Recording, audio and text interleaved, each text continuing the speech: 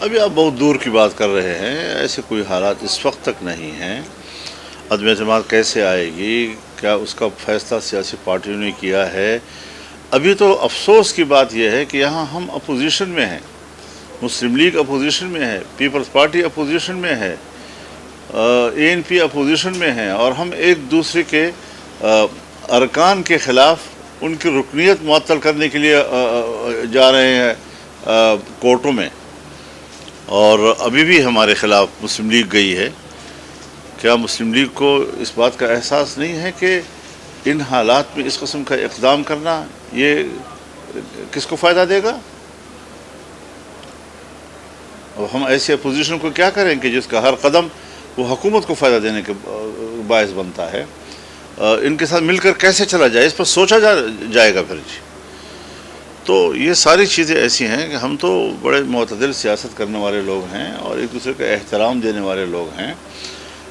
کسی کے خلاف ہم نے گالم گلوچ کا کوئی رویہ نہ کارکن کو بتایا ہے، نہ خود الحمدللہ یہ اپنایا ہے، لیکن ادھر سے حکمران بھی ہمیں لچر زبان میں جواب دیتے ہیں اور گالیاں دیتے ہیں، اور ہمارے اپنے اپوزیشن کے دوست بھی ہمارے خلاف کورٹوں میں گھوم رہے ہیں اور ہماری طاقت کو کمزور کر رہے ہیں۔ تو اس کا کیا علاج ہے جی؟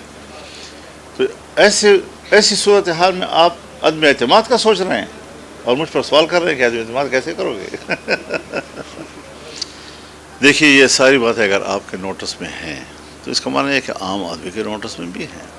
ایک اعتراف نہیں، 20 اعترافات، 20 وہ خبریں جو آپ خود چھاپتے رہے ہیں، شہ سرخیوں کے ساتھ چھاپتے رہے ہیں۔ آج بھی 20 سال کے بعد میں تبصرے کروں ان چیزوں کے اوپر، اور آپ کا کوئی کردار نہیں ہوگا۔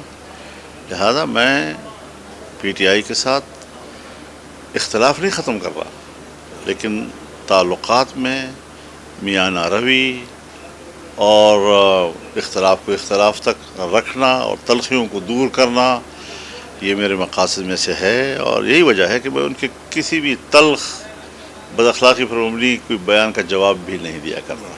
میرے خیال میں اس کو ریاست کی سطح پر مسئلے کو اٹھانا چاہیے، اور ریاست سے اس پر بات چیت ہونی چاہیے، معقول بات چیت ہونی چاہیے۔ ہم بات چیت بعد میں شروع کرتے ہیں، پہلے ان کے خلاف کارروائیاں شروع کر دیتے ہیں، کارروائیوں سے تعلقات میں تلخی آ جاتی ہے، مذاکرات کا ماحول ختم ہو جاتا ہے۔